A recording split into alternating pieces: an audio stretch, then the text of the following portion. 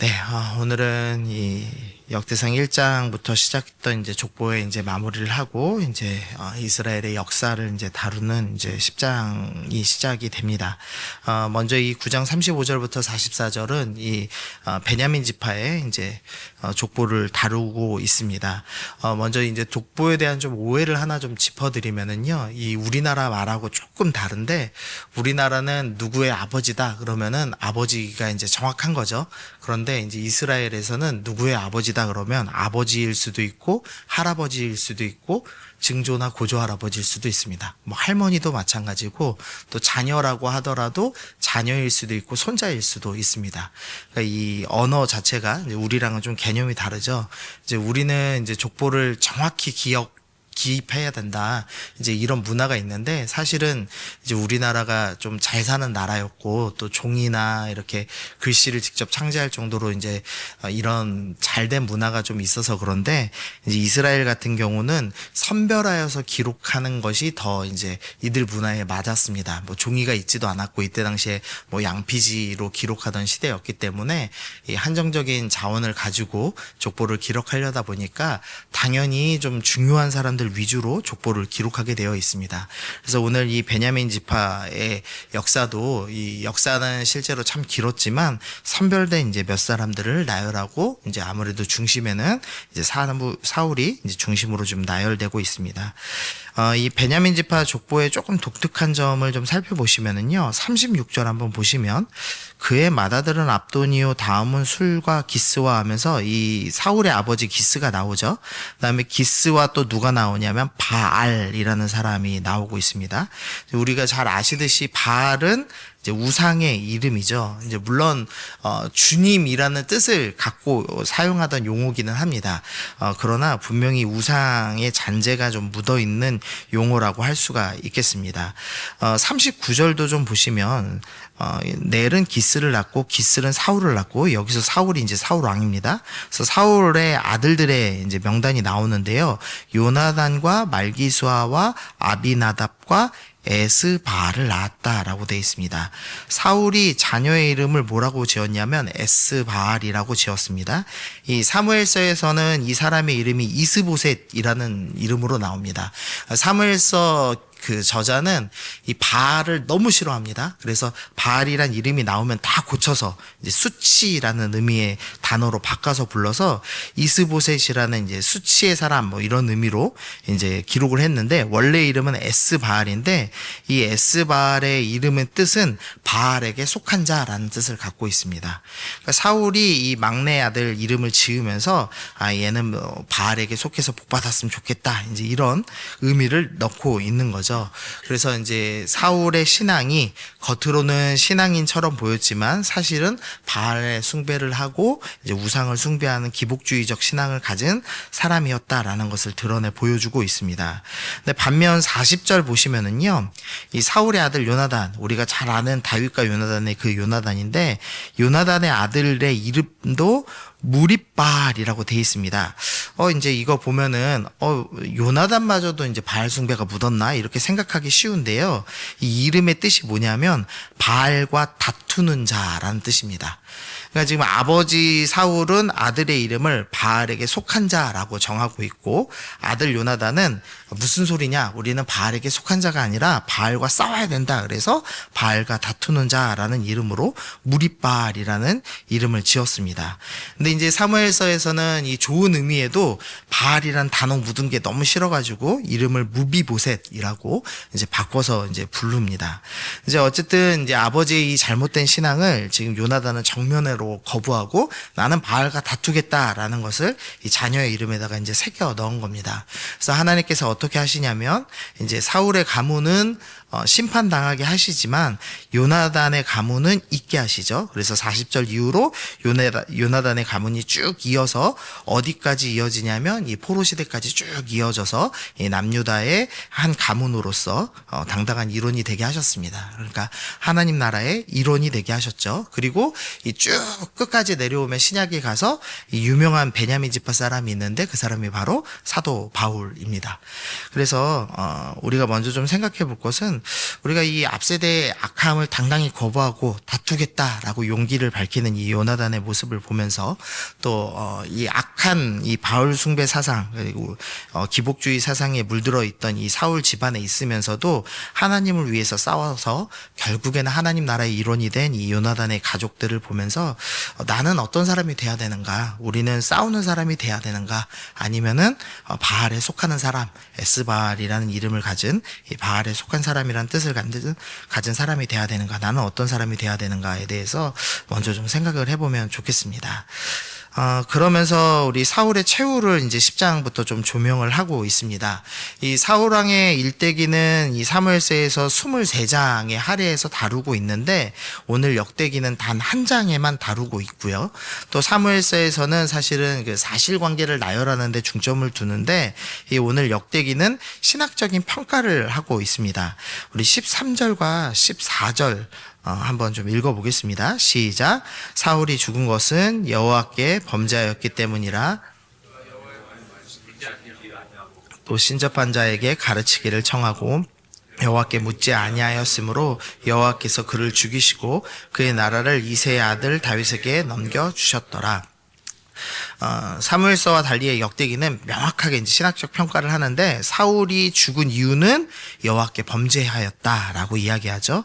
그리고 그 범죄 이유를 지금 두 가지로 설명합니다. 하나는 말씀을 지키지 않았다라는 것이고 두 번째로는 신접한 자에게 가르치기를 청하고 여호와께 묻지 아니하였다. 그러니까 하나님께 묻지 않고 이 무당에게 물었다라는 두 가지로 이야기를 합니다. 먼저 이 하나님의 말씀을 지키지 않았다라는 것은 이제 보통 크게 두 가지로 이야기를 하는데요.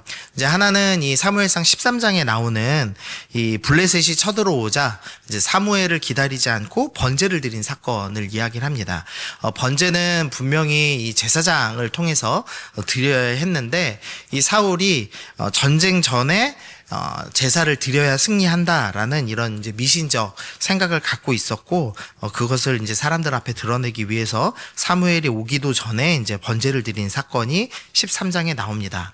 근데 이 사건만 딱 놓고 보면 사울이 조금 신앙은 연약했을지 몰라도 그래도 예배 열심히 드리려고 한 거 아닌가 이제 이렇게 좀 생각하기가 쉬운데요. 두 번째로 이제 말씀을 지키지 않은 사건이 이제 사무엘상 15장에 나오는데 아말렉 진멸 사건입니다. 이제 하나님께서는 아말렉을 진멸하라고 명령하셨습니다. 그리고 많은 병력을 이끌고 가고 승리를 합니다. 그럼 거기서 이제 소와 양 다 죽이고 이제 아말렉 사람들 다 진멸시키고 돌아오면 됐는데 자기의 이 업적을 자랑하고 싶었던 겁니다. 그래서 굳이 동물들과 이 아말렉의 왕을 이제 길갈까지 끌고 오죠. 그래서 끌고 와서 거기서 이제 죽이면서 하나님의 말씀, 이 진멸하라는 말씀을 바로 순종하지 않고 자기의 유익을 위해서 이제 타이밍을 조절하는 모습을 보여줍니다. 그러면서 사울이 정말로 뭐 신앙은 좀 부족하지만 그래도 예배 드리려는 열정 있는 사람, 이런 사람이 아니라 철저하게 예배를 자기 유익을 위해서 이용하는 사람, 신앙을 이용하는 사람이었다는 것을 보여줍니다. 그래서 하나님께서 이 사울이 예배 안 드린 거 아닙니다. 이제 겉으로는 이제 하나님 섬기고 뭐 번제도 드리고 다 했습니다. 그러나 이 사람은 말씀을 지키지 않은 사람, 여호와께 범죄한 사람이다라고 이야기를 하고 있는 겁니다.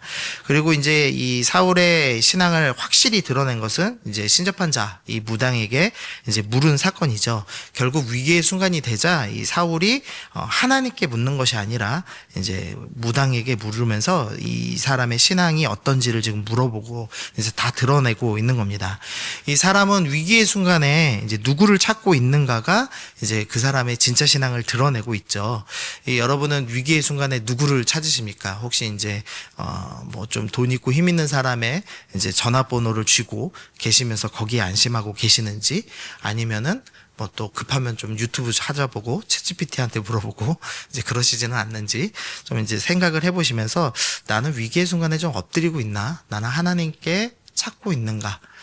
대해서 좀 진짜 생각을 해봐야 되겠습니다. 그러니까 사울처럼 미신적으로 예배 드리는 것, 그것이 진짜 하나님을 따르는 것이 아니고 위기의 순간에 하나님께 엎드려서 다른 것 의지하지 않습니다. 하나님만 의지합니다. 이렇게 엎드려 묻고 있는 사람이 진짜 하나님의 사람이라고 이야기를 하고 있는 겁니다. 결국 끝까지 이제 하나님을 섬기지 않았던 이 사울이 이제 비참한 죽음을 맞이하는데요.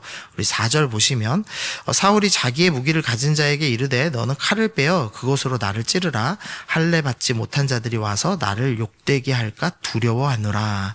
이 사울이 참 좋아했던 게 있는데 이름을 알리는 것이었습니다. 아까 예배 드리는 것도 이 전쟁 직전에 예배를 드려서 나는 이제 신앙 있는 왕이다 드러내고 싶었고, 아말렉과 전쟁에서 승리한 뒤에도 나는 신앙 있는 왕이다 이렇게 드러내면서 자기의 명예를 지켜내고 또 왕권을 지키고 그것을 이제 요나단에게 물려주려는 이제 생각을 끊임없이 갖고 있었는데, 결국 이 하나님께 순종하지 않자 하나님께서 이 사울이 원하던 모든 일을 이루지 못하게 하시는 장면을 봅니다. 이제 먼저는 명예롭게 살아가고 싶었는데 명예롭지 못한 죽음을 맞이하게 하시죠. 그래서 전쟁터에서 이제 죽임을 당합니다. 특별히 좀 보시면 그 3절 보시면은요, 사울을 맹렬히 치며 활 쏘는 자가 사울을 따라 미치매라고 돼 있죠.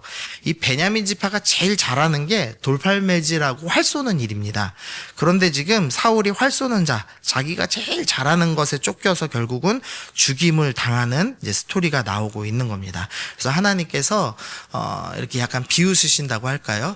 이제 비꼬시는 그런 장면이 나오는 거죠. 네가 일생에 의지하고 네가 그토록 원하던 명예, 또 왕권 이양하고 자식들한테 부를 물려주고 싶었던 그것 너 다 이루지 못할 거다. 이거를 지금 드러내시는 장면입니다. 그래서 6절에서도 이와 같이 사울과 그의 세 아들과 그 온 집안이 함께 죽으니라 라고 하면서 결국에는 왕권을 이양할 수 없게 되었다. 그래서 사울이 자기가 원하는 모든 일에 실패하였다라는 것을 기록을 하고 있습니다.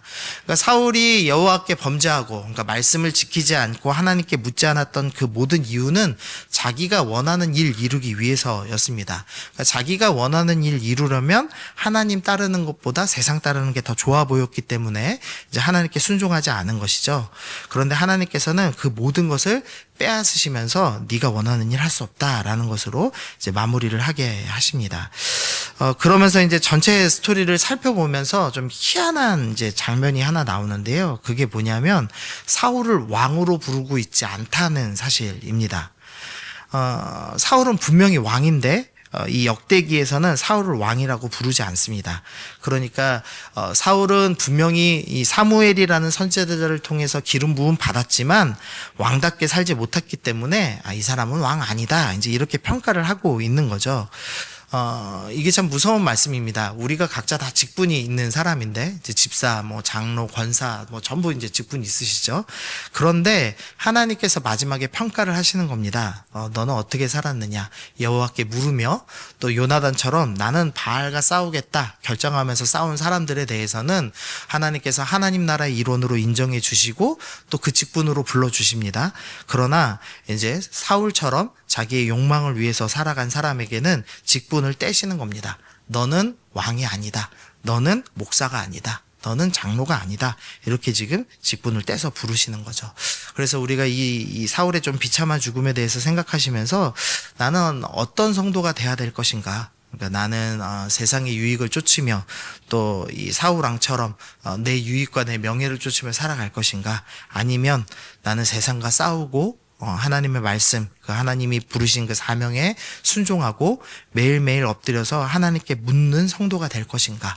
그래서 내가 하나님의 그 생명의 책에 기록되는 삶을 살 것인가에 대해서 고민하시고 결정하시면서 나는 정말 주님, 나는 평생 주님의 편에서 살아가겠습니다. 나는 주님의 말씀에 순종하겠습니다. 나는 세상과 싸워내겠습니다. 결단하시면서 오늘도 살아가시는 여러분 되시기를 소원합니다. 기도하시겠습니다.